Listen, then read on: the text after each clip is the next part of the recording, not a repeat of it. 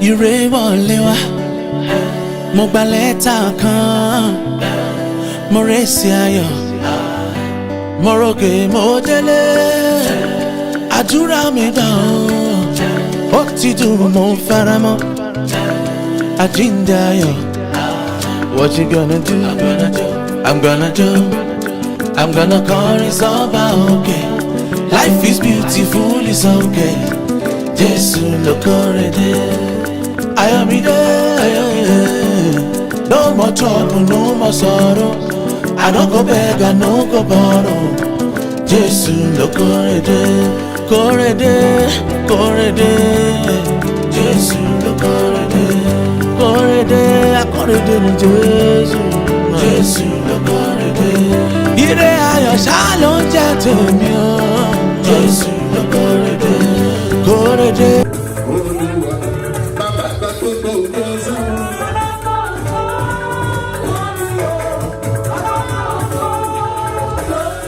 Olúwa bàbá àgbà gbogbo ògbó sùn.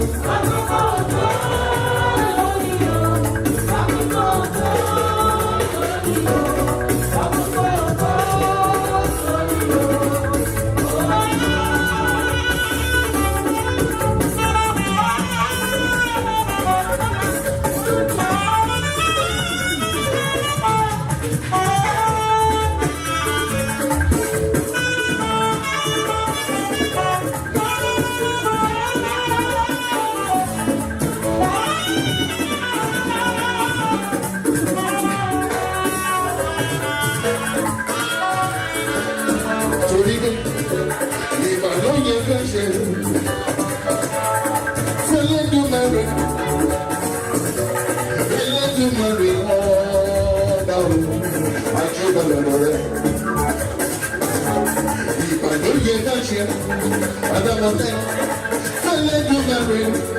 Mama Baby, Adamolekun,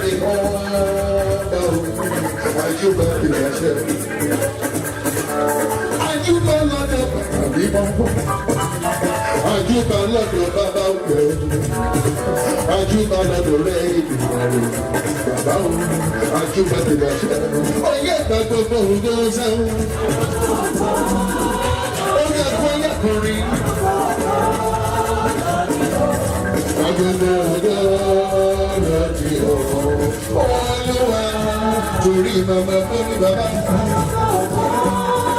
lórí o Jésù.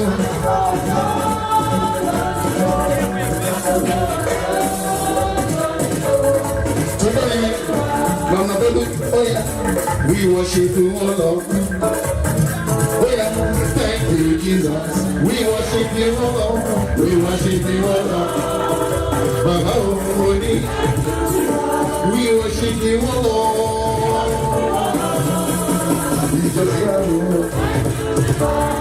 Torí Adamolekun bàbá, ọlọ́jọ́ ìbí mẹ́sẹ̀ lọ bàbá, we worship you Ọlọ́run ọ̀yà. Tọ́ba ní bẹ́ẹ̀, mo ní kó máa máa pa orin Ọlọ́run mọ́ra o. Mo ní tó Olúwa.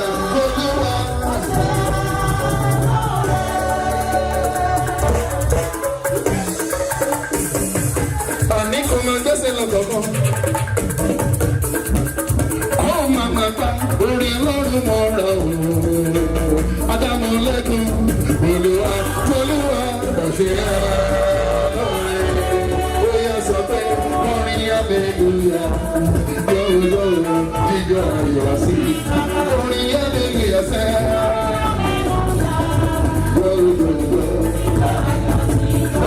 orin aleluya lórí tiwantiwa. Adamolekun, ó yẹ kó ní orin hallelujah ní onídọ̀ọ́dọ̀ọ́dọ̀. Ó yẹ kó ní hallelujah lórí tiwa. Àmì dọ̀ọ́dọ̀ọ́dọ̀. Tó bá rí bẹ́ẹ̀. Ó yẹ ẹ̀mí Ọlọ́run ṣe lóore mẹ́ta kó lọ́wọ́ yẹn sókè. Ó ṣe ní abẹ́ òwe kan. Oya, only you should do that.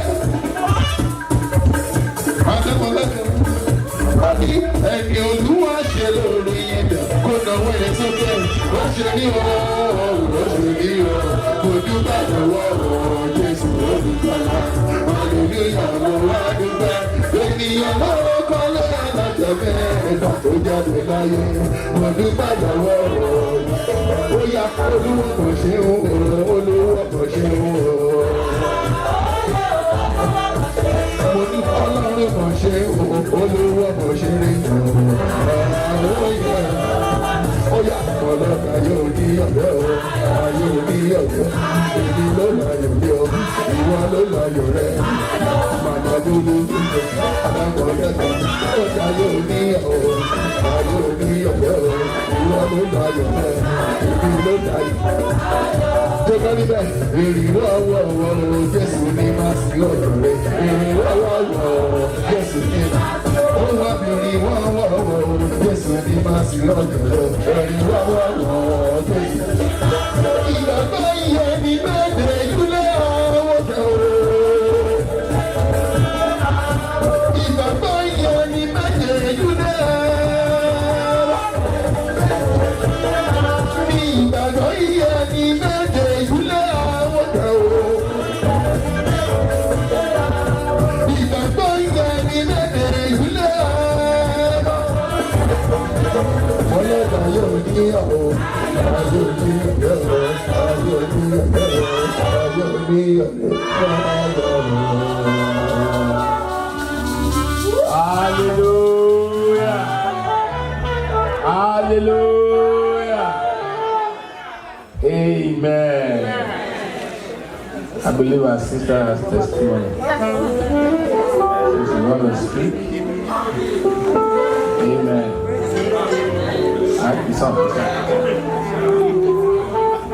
Praise the Lord. Hallelujah. Praise the living Jesus. Hallelujah. I want to use this opportunity to thank the Lord for my life.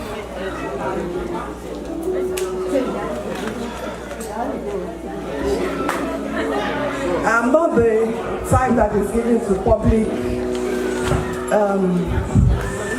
things like this. I always hide my identity anywhere I go. But somehow, God always brings me out. Everywhere I've been. In workplace, in the church, among my classmates, even those who are older than me, God always brings me out. As much as I hide myself. He's been very tough. My brother, since he passed on last year, my life has never remained the same. My faith has been shaken. I've struggled. I've doubted God. It's been really tough. My walk of faith has been very tough. But when my 55th birthday came, I told myself I would do a public praise. Because no matter what has happened, God is still God. Somebody said, where was God when my father died, when my mother died? God said, He's still where He is when His son died. So I told myself, because we prayed, we trusted God. My brother was a pastor. He even taught in healing school in Winners Chapel. He's always going to the mountain, apart from being a pastor in Winners Church. So I was like, what is cancer? What else could we have done that we didn't do? Why would God answer all this and God will not answer me? But I'm here today to thank God. You know, when I drive out in the day and I drive back home, I tell myself it's enough to thank God for.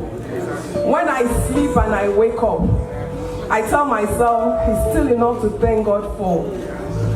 Out of 10 of us, the first time I will experience a sibling's death, out of 10 children, is when my brother left. It's so touching. But I thank God. Thank God. I thank you because He will continue to move me forward. And I thank God because He will uphold me. He will not fail me.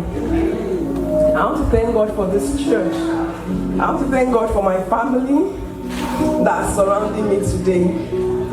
Everybody seated here that is visiting, I've touched my life in one way or the other since we came to this land. I want to thank God for our fathers on this mountain. They've been fathers and mothers indeed. I want to appreciate them. And I pray that God will continue to uphold this church. Amen. To my family and friends, I want to say thank you. Eshe for honoring me. I really appreciate you. I appreciate our fathers on this mountain. I thank you. The other siblings are still alive. They are doing well. So I have every cause to glorify God. Ebami Yoluwa Logo 3 Jericho. Hallelujah. Hallelujah. Hallelujah. Hallelujah. Amen. It's time to pray. Our Father and our Lord, we bless your name. Thank you for this wonderful sister that she knows you, she serves you, she does your will on a daily basis. Thank you because you have spoken to her, you have upheld her even when she was afraid. When the brother died, it was like, what is this world turning into? But we make out to realize that it just transits to the Lord. Thank God for he knows you. He's a servant of God. You see, God takes his own anointed away. He takes them to himself. We all came from him and we are going back to him. Thank you because you open the understanding of our sister. It does not slip away from your hand because of this simple event. Thank you, Lord, because she realized who she is. All of us one day will be called home. Thank you for all these supports that you have built around her. All these families, all these wonderful people that have touched our life. Thank you for everybody in this church. We want to thank you. We are returning glory to you because you are the one that does it. You are the one that gives life. You are the one that takes life. She's celebrating today that you sustain her. All this thanksgiving, Lord, let it be accepted. I was expecting maybe she starts narrating from the but Ibolo Mati Bere. Where is he going to start? A lot of orders that she has jumped over because your power is upon her, your grace is upon her. Father, we are celebrating you in our life today. Father, take the glory in the name of Jesus. And because you have celebrated today, you come to your Father and give thanks. I pray in the name of Jesus that Lord will could protect you from every danger in the name of Jesus. He will preserve you. The plan of God concerning your life shall come to pass in the name of Jesus. You are going to impart life. She's been doing it. She was one of those people that stand up to head the evangelical group. Go out. She's always ready for the work of the kingdom. Father, I pray after this celebration, more enablement, more strength, more anointing upon you in the name of Jesus. The plan of God concerning your life must come to pass in the name of Jesus. Nobody will stop it. You are unstoppable. You are walking to your blessing.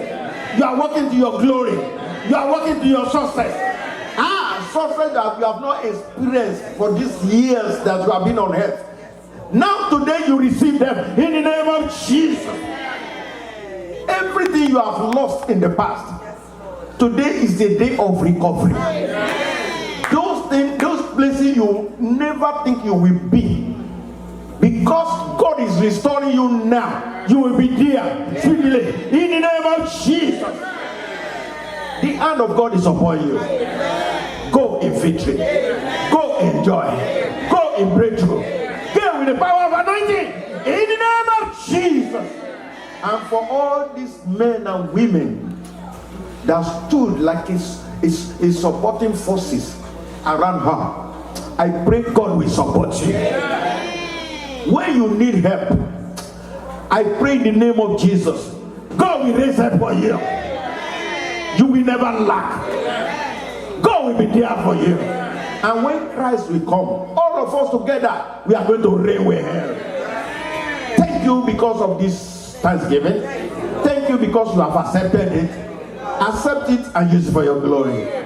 Let your name be praised forever. When my sister remember this particular day, Lord, a lot of testimony in the name of Jesus.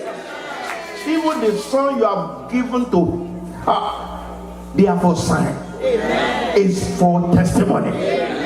You will do great things. And your word we know that we serve a living God. Thank you, Heavenly Father. We return all glory to you and we praise you forever. In Jesus' name we pray. Amen. Amen. Amen. In Jesus' name. Praise the Lord.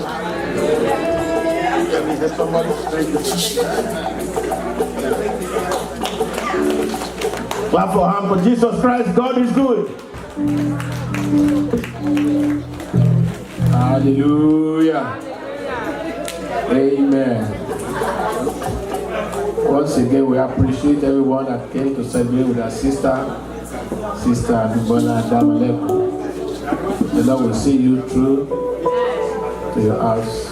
After the service, there's going to be pictures, so just take your time, and there is a lot to eat and take away. Amen. We are going to sing the last song.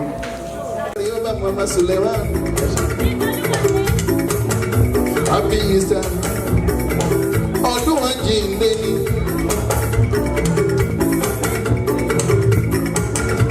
Torí ọdún àjíǹde gbogbo yín la kí.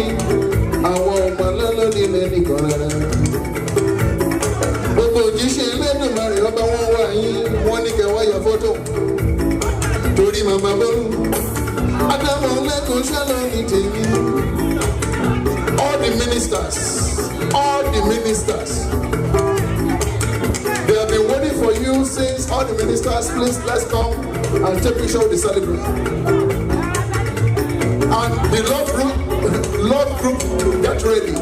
Ẹgbẹ́ ìfẹ́, àfẹ́ àwọn ẹgbẹ́ haters, ẹgbẹ́ ìfẹ́.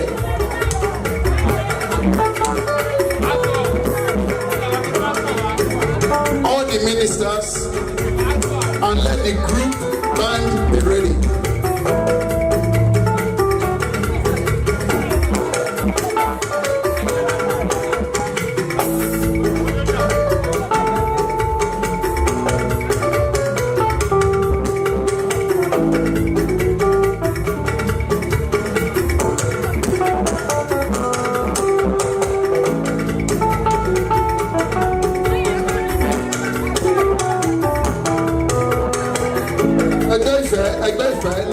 Love group. And it's about nífẹ̀ẹ́ kó má bọ̀ sáàrin wọn. Àwọn ẹgbẹ́ ìfẹ́. Ìbà ló yẹ ká ṣe. Elédùmarè. Elédùmarè ọba òun.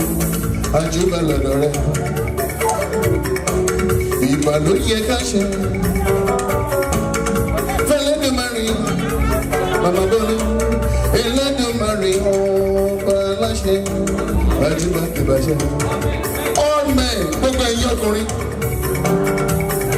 All men, wherever you are, all men, please can you step forward? All men, that's the last time we are calling you, please come. Àjùbà lọ́dọ̀ bàbá mímọ́. Àjùbà lọ́dọ̀ bàbá òkè. All men. Àjùbà lọ́dọ̀ rẹ̀ Èdùmàrè. Àjùbà ìbàjẹ́. júbà lọ́dọ̀ bàbá mímọ́. Àwa júbà lọ́dọ̀ bàbá girl. Àjúbà lọ́dọ̀ rẹ̀ ìjọba rẹ̀. Báwo àjúbà kìlọ̀ ẹ̀ṣẹ̀? Fún ọ̀pọ̀rẹ́ lórí wa lójoojúmọ́. Àjúbà kìlọ̀ ẹ̀ṣẹ̀. Gbogbo ọkùnrin wọ́n ní kẹ́ wọ́n yẹ fọ́tò.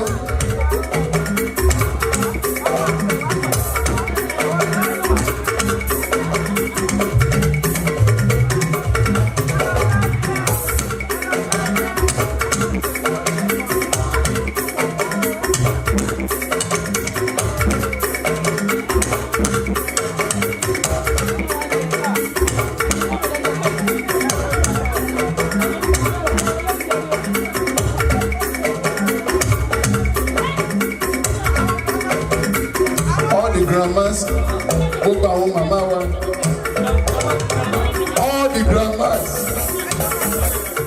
all the grandmas, gbogbo àwọn ẹgbẹ́ grandma.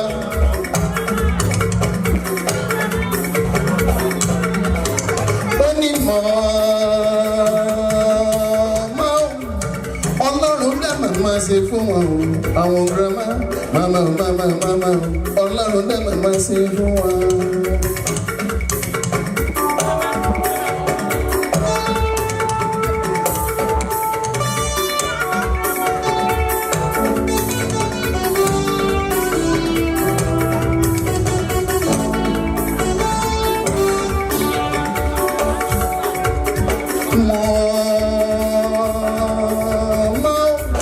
Ọlọ́run dá màmá sí fún wa o.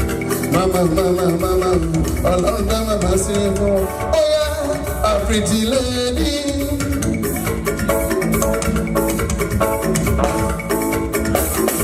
A pretty lady tí wọ́n ní Adamolekun.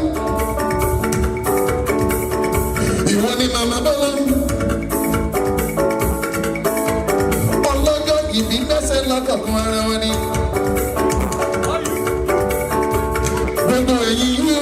All the youths. This year's garden of praise, you want it? Gbogbo rẹ̀yìn ọ̀dọ́.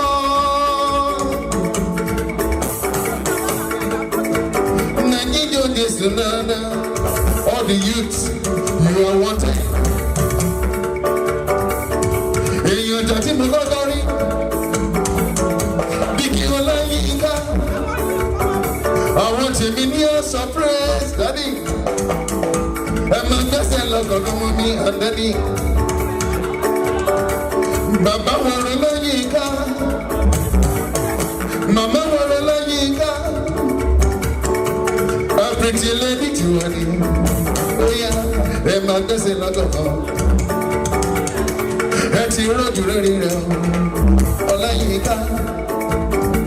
Ìdùnnú ṣe yín lọ́gọ̀ mọ́ mi. Ẹ ti rọ́jù rẹ̀ o. Bàbá mi mọ́ ti fún yín láyọ̀. Àdúrà tí ẹ gbà o. Bàbá ti mú wọn lẹ́ẹ̀ṣẹ̀ o. Mo sì mọ̀ wípé ẹ ti rẹ́sì ayọ̀. Gbogbo youth tí wọ́n ìtàgbà tí wọ́n bá yọ. Ọlọ́lá yẹ́rọ ní tèmi àtàdá o. Ọlọ́lá yẹ́rọ ní tèmi màmá fádà ìrọ́kù. Àwọn olórí ẹgbẹ́. All the women. Ọmọ wọn lóòdó ẹni. Òdó màrá sílẹ̀ màrá òun yàrá. Ọmọ òun dà sílẹ̀ mọ́kù wọn nípa ni. Kò màmá sẹ́wọ̀n lọ́rọ̀ ẹ̀. Òǹdó nílé.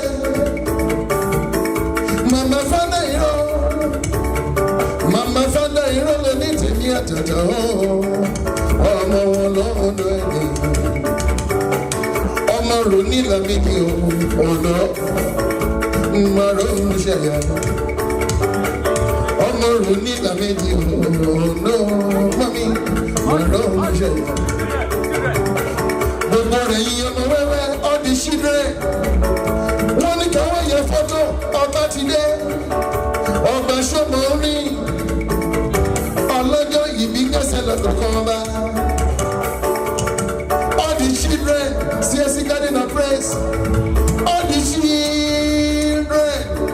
gbogbo èyí rẹ̀ mọ̀ wẹ́wẹ́. Ó ní kẹwàá yẹ fọ́tò. All the family, gbogbo rẹ̀ bí pátápátá. All the family. You are wanted, yeah. Gbogbo rẹ̀ bí wọ́n ní kẹwàá yẹ fọ́tò yẹn. Gbogbo rẹ̀ bí pátápátá. Wọ́n ní kẹwàá yẹ fọ́tò. Torí àbìtì lẹ́ẹ̀dí tiwa. Adamolekun gbẹ́sẹ̀ lọ́kọ̀ọ̀kan. Jojo. Ani jojo. All the family. Ẹjọ́. Wọ́n ní kẹ́ gbẹ́sẹ̀ lọ́kọ̀ọ̀kan. Gbogbo ẹbí pátápátá. Ẹjọ́. Ẹ máa gbẹ́sẹ̀ lọ́kọ̀ọ̀kan. Àti rògbò rere rẹ̀ gbogbo ẹbí. Èdùmàrè ti fún yín láyọ̀ gbogbo ẹbí all the family. Ẹ ti rògbò rere rẹ̀ o ọlá. Èdùmàrè ti fún yín láyọ̀. Àdúrà tí ẹ gbà wọ́n. Bàbá ti mú wọlé ẹ̀ṣẹ̀ o. Wọ́n sì mọ̀ wípé ti rẹ́sì ẹ̀yàn o. Adamolekun ti wé ìjọba ti wá báyọ̀. Tó mẹ́rin bẹ́ẹ̀ ọlọ́lá òwe. Ọlọ́lá gbajúmọ̀. All the children. Gbogbo ọmọ wẹ́wẹ́ wọ́n pè é.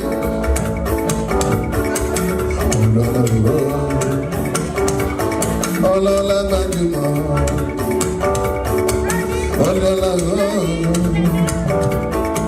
Ọlọ́lá gbajúmọ̀. Torí pé ìgbà yìí láyọ̀ ìṣẹ̀ṣẹ̀ bẹ̀rẹ̀. Adamolekun. Ìgbà yìí níjọ́ ìṣẹ̀ṣẹ̀ bẹ̀rẹ̀. Mama Bolu, ìgbà yìí láyọ̀ ìṣẹ̀ṣẹ̀ bẹ̀rẹ̀. Celebrate. Ìgbà yìí níjọ́ ìṣẹ̀ṣẹ̀ bẹ̀rẹ̀. Ìjọ nínú ìjọ. Owó nínú owó. Ayọ̀ nínú ayọ̀. Ọlá nínú ọlá. Ìjọ nínú ìjọ. Owó nínú owó. Ọlá nínú ọláyọ̀. Ayọ̀ nínú ayọ̀. Torí bẹ́ẹ̀ ìgbà yìí níjọ ìṣẹ̀ṣẹ̀ bẹ̀rẹ̀ yẹn. Ṣẹ́gun gbẹ́sẹ̀ lọ́gọ̀gọ̀. Adamolekun wọ́n wá bèrè lọ́wọ́ ẹ̀ wọ́n ní kí ni ìtumọ̀ bẹ̀rẹ̀ gẹ́gẹ́. Ó yẹ bẹ̀rẹ̀ gẹ́gẹ́. Ó ń dá wọn lọ́wọ́. Ó ní Ọlọ́run tó bọ̀ tó bá pọ̀jù. Wọ́n wá bèrè lọ́wọ́ ẹ̀ wọ́n ní kí ni ìtumọ̀ bẹ̀rẹ̀ gẹ́gẹ́. Ó ń dá wọn lọ́wọ́. Ọlọ́run tó bọ̀ tó bá pọ̀jù. Torí ògo Olúwa nínú ayé ẹ̀ bẹ̀rẹ̀ gẹ́gẹ́. Adamolekun ọ̀yà ọ̀bọ̀ nínú ayé ẹ̀ bẹ̀rẹ̀ gẹ́gẹ́. Ọlọ́run nínú ayé ẹ̀ bẹ̀rẹ̀ gẹ́gẹ́. Mama Bolu máa lọ ọ̀bọ̀ nínú ayé ẹ̀ bẹ̀rẹ̀ gẹ́gẹ́. Ògo Olúwa lórí iṣẹ́ ẹ̀ bẹ̀rẹ̀ gẹ́gẹ́. Mama Bolu ọ̀bọ̀ lórí iṣẹ́ ẹ̀ bẹ̀rẹ̀. Tó bá rí bẹ́ẹ̀ ó yá bẹ̀rẹ̀ gẹ́gẹ́ mo mú yọ. Bẹ̀rẹ̀ gẹ́gẹ́ mo mú jọjọ. Mama Bolu bẹ̀rẹ̀ gẹ́gẹ́ mo jọjọ.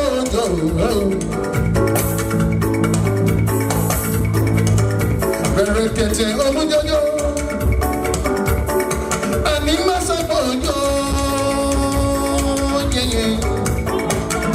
Má sábọ̀ oníjọ́ Mama Bolu. Àní kọ́ má sábọ̀ jọ. Mo ní má sábọ̀ jọ. Alọ́bẹ̀sẹ̀ lọ́kọ̀ọ̀kan bọ́lúbọ́lú. Kò jíjọ Jésù lára. Àní àwọn màmá bàbá lẹ́yìn báyìí. Ẹ wo bó ṣe jíjọ Jésù rẹ̀ gbẹ̀dẹ̀. Ó yá ẹ jíjọ Jésù mọ́mí. Ó yá ẹ máa gbẹ́sẹ̀ tó bá rí bẹ́ẹ̀. Wọ́.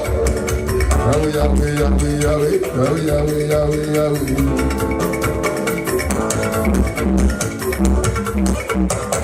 Let me see you go down low. Let me see you go down low. you go down low, go down low, go down low. Let me see you go down low. Let me see you go down low. Celebrate, go down low. Let me see you go down low. Let me see you go down low, go down low, Mama. Let me see you go down low, go down low. Oh yeah, mama, Odiko, you be a good to Jason, you be a good to Jason. Mama, when I never know, Odiko, you be a good to Jason, you be a good to Jason. Baba told me that, Baba told me that, Baba Daniel. Baba Manga, Baba Stella, do.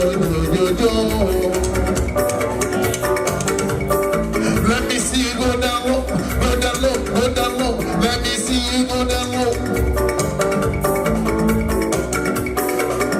Mama, let me see you go down low, go down low. Mama, let me see you go down low, go down low, go down low. When you go to be a photo, yes, you be a photo, yes. You'll be able to guess who, you'll be able to guess who. When you go back to the call, your dada, back to your dada. Celebrate, back to the call, your dada, back to your dada. When you go back to the call, your dada, back to your dada. Money, that's it. Everybody guess it, Mama told me guess it, Mama told me guess it, Mama told me guess it, Mama Michael guess it, Mama Stella guess it, oh yeah, everybody guess it, I roll a good body. Go gbẹ́sẹ̀, Mama Yinka gbẹ́sẹ̀, Mama Lola Yinka gbẹ́sẹ̀,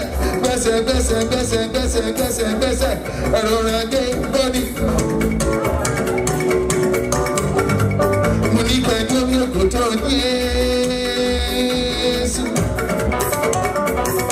Mama Lola mi dé, mo ní jòjòjò.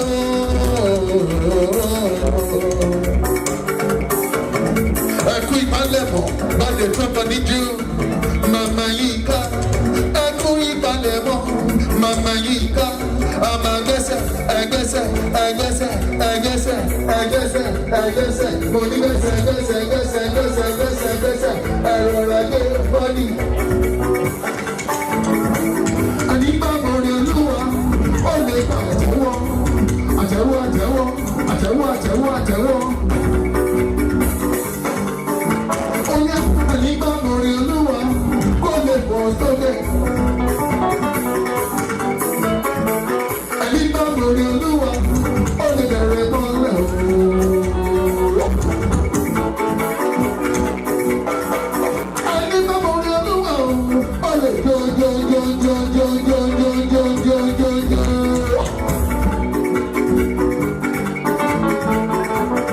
Mama ìwé nígbà mọ̀rin olúwa. Àtẹ́wọ́. Oya, ẹni bá mọ̀rin olúwa, kó lè bẹ̀rẹ̀ mọ́lẹ̀, bóyá sọ tó jẹ yẹ́yẹ́yẹ́.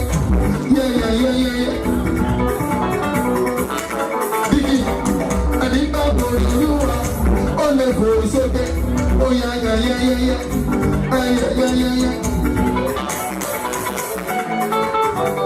Ẹni bá mọ̀rin olúwa, ó lè jó.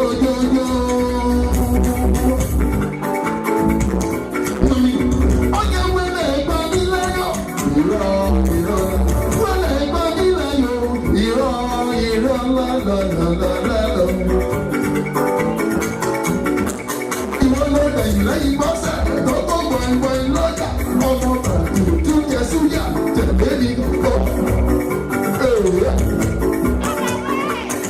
Wọ́n lè gbọ́ mi lẹ́yọ̀. Ìrọ̀ náà, bóyá àwí ẹ̀sìn náà ìdè mi lẹ́yìn. We go back and look.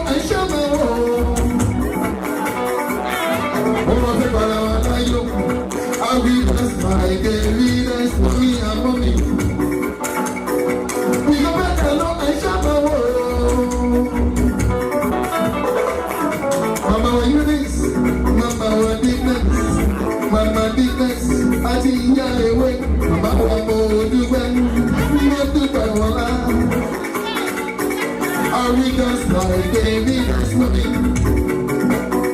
Mama, yeah. You go back and know I shall my world. Oh, I shall my world. You know, my world, my world. You know, shady, mama. When it's my world, you know, shady, love. When it's my world, you know. Oh, it's my world, my world, my world. You know, shady, mama. When it's my world, you know, shady, love. And it's my world, my world.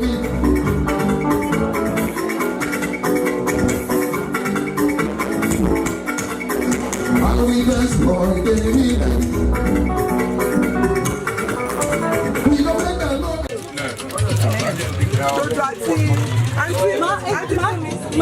Comment tu as fait un coup pour moi de son fait so I go follow it there.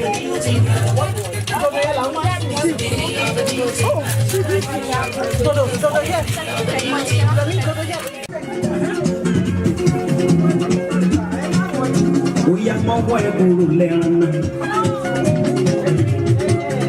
kò bá mọ́wọ́ ẹ̀kúrú lẹ́ran sẹ́.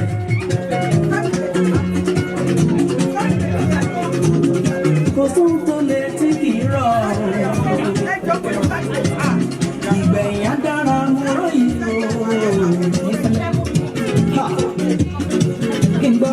Kò sóhun tó lè tí kì í rọ̀ ìgbẹ̀yìn á dára wúrọ̀ yìí o.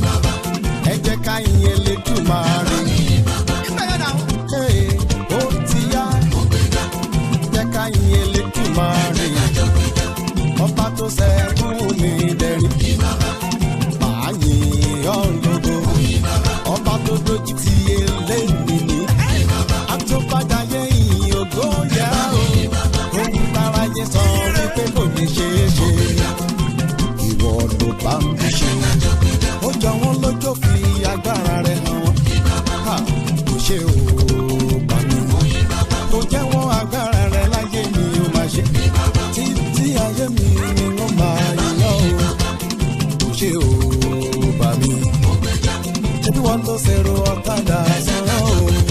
Ẹ bá mi yìn lógo.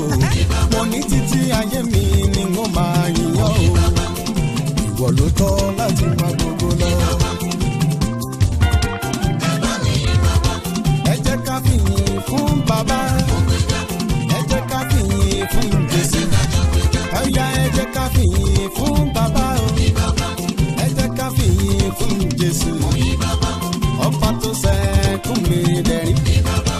Ọba tó ṣẹ́kùn mi dẹ̀rín o. Torí bẹ́ẹ̀ ìyá yìn ọ́ lógo. Àtọ́bàjáyé yìn ògo yẹ ọ́ sẹ́. Ẹnu mi yóò máa kọrin hallelujah sọ́ba tó gbọ́ àdúrà. Àwọn mi yóò máa kọrin hallelujah sọ́ba ayérayé. Ẹnu mi yóò máa kọrin hallelujah sọ́ba tó gbọ́ àdúrà. Àwọn mi yóò máa kọrin hallelujah sọ́ba ayérayé. Ẹnu mi yóò, ẹnu mi yóò, ẹnu mi yóò, ẹnu mi yóò, ẹnu mi yóò máa kọrin hallelujah sọ́ba tó gbọ́ àdúrà. Àwọn mi yóò máa kọrin hallelujah sọ́ba ayérayé. Ẹnu mi yóò máa kọrin hallelujah sọ́ba tó gbọ́ àdúrà. Àwọn mi yóò máa kọrin hallelujah sọ́ba ayérayé. Ó yá sọ pé bàbá.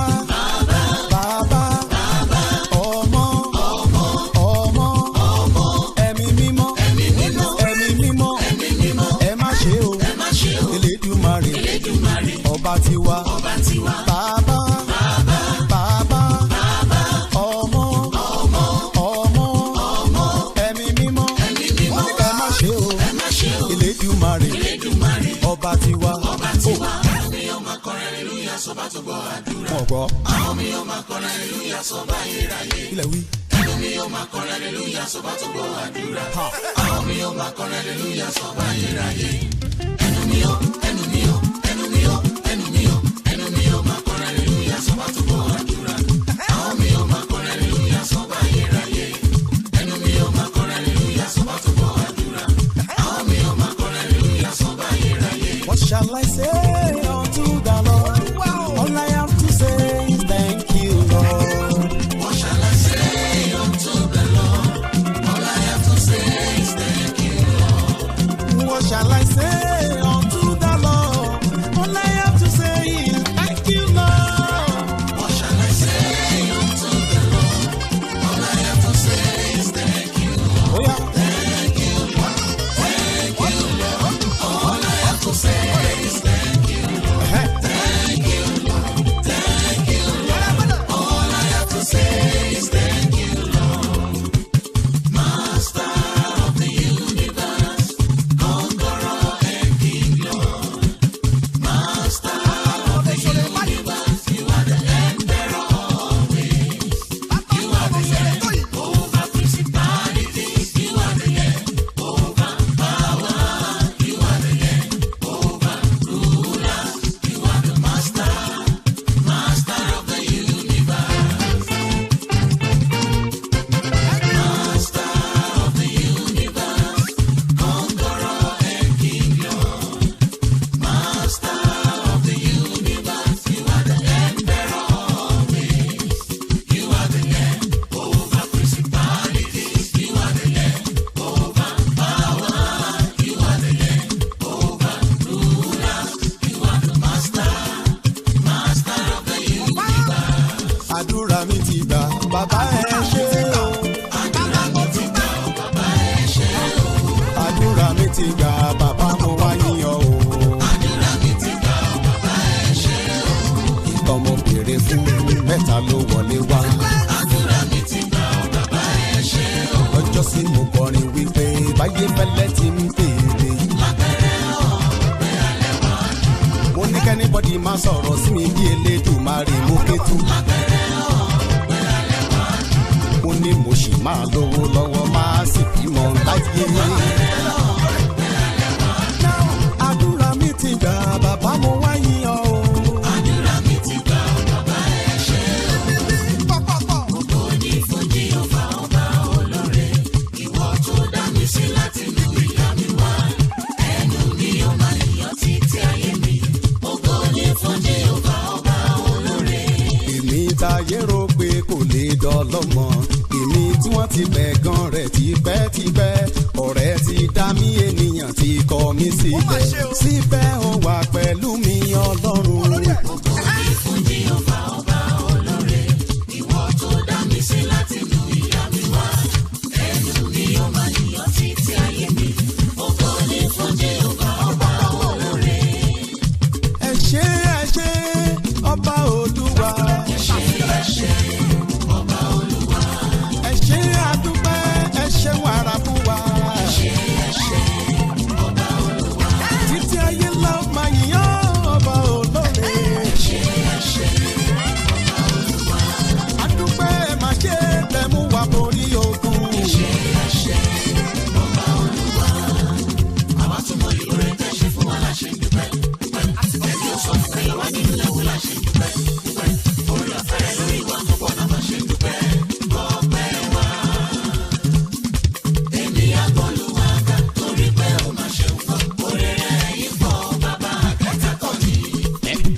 kágbéga kágbóluwàgà orí rẹ̀ yípo bàbá kàkà tán ni. èmi agbóluwàgà torí pé ó máa ṣe ń gbọ́ orí rẹ̀ yípo bàbá kàkà tán ni. ọwọ́ rẹ̀ gbéga ijó rẹ̀ gbéga ààbò rẹ̀ yí má gbọ́ lórí wa ẹ̀ gbé Jésù ga o. I know he rescued my soul. Oh yes. His blood has covered my sin. I believe. Oh yes. I believe. My shame is taken away. taken away. My pain is being Yes, I believe. I believe. I raise the banner. Cause my Lord has conquered the grave. My Redeemer lives. My Redeemer lives. My Redeemer lives. My Redeemer lives. Ó ṣe ìgbàlà fún ọkàn mi. Fún ọkàn mi. Ẹ̀jẹ̀ rẹ̀ pa ẹ̀ṣẹ̀ mi Ó rẹ́. pẹ̀ṣẹ̀ rẹ̀. Mo gbàgbọ́. Ó gbàgbọ́. Ó kó gbogbo ẹ̀gàn mi lọ. Pátápátá. Orúkọ rẹ̀ ti wò mí sàn. Mo gbàgbọ́. Ó gbàgbọ́. Mo gbàgbọ́. Ó gbàgbọ́. Ògo f'Olúwa. Hallelujah. Ó ti ṣẹ́gun ikú. Jésù mi wà láàyè. Jésù mi wà láàyè. Ó wà láyé. Jésù mi wà láàyè. Ó wà láyé. Jésù mi wà láàyè. Oh my God. Ó wà láàyè. Kò sí láyé bí, kò sí alágbára bí ti Jésù ọba. Kò sí láyé bí, kò má sí. Kò sí alágbára tó ju Jésù ọba lọ. Kò sí láyé bí, kò sí alágbára bí Jésù olùwòsàn. Kò sí láyé bí, kò má sí láyé. Kò sí alágbára tó ju Jésù ọba lọ. Kò sí láyé bí, kò sí alágbára kan lẹ́yìn olùgbàlà. Kò sí láyé bí, kò má sí láyé. Kò sí alágbára tó ju Jésù ọba lọ. Èmi àjòjòjòjò dúpẹ́ pẹ́pẹ́. Jòjòjò èmi àdúpẹ́pẹ́. Èmi àjò tòró rẹ̀ Olúwa ṣe láyé mi. Èmi àjò máa fi jó san di ẹ̀hóre bàbá. Èmi àjò jó fi jó san di ẹ̀hóre bàbá. Máa jó yẹfẹlẹ máa jó máa fi jó san di ẹ̀hóre tó ṣe. Èmi àjòjòjòjò dúpẹ́ pẹ́pẹ́. Jòjòjò èmi àdúpẹ́pẹ́. Ó ti béèrè Ó ti rí gbà. ó ti gbàdúrà títí. Jésù ti dé. Olóò ti béèrè Ó ti rí gbà. ó dẹ̀ ti gbàdúrà títí. Jésù ti dé. Olúwa ló ń gbàdúrà. Àsìkò Olúwa ló dúdú. Ìgbà rẹ̀ ń bọ̀ láìpẹ́. Àsìkò rẹ̀ ń bọ̀ ní Olúwa ọba mi. If you call to him, He will answer. if you run to him, He will run to us. if you lift our hands, He will lift us up. come let's praise his name. For He sits on God. Oh sing, Oh, sing for joy to God, our strength.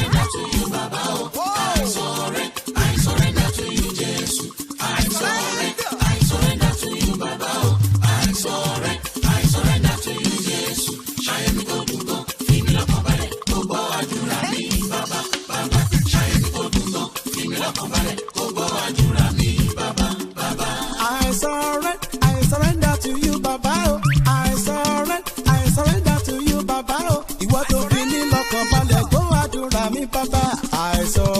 I surrender to you bàbá o. Mo fàyè mi sílẹ̀ fún ọ bàbá. Gbọ́ àdúrà mi, mo surrender. Not for yonder, but for Jesus. Not for devil. I surrender. Oh yeah, jẹ́ kí n gbọ́. I surrender to you bàbá o. I surrender to you Jésù. I surrender to you bàbá o. I surrender to you Jésù. Ṣayé mi kò dùn gan, fi mi lọ́kàn balẹ̀, kó gbọ́ àdúrà mi bàbá. Ṣayé mi kò dùn gan, fi mi lọ́kàn balẹ̀, kó gbọ́ àdúrà mi bàbá. I surrender to you bàbá o. I surrender to you Jésù. I surrender to you bàbá o. I surrender to you.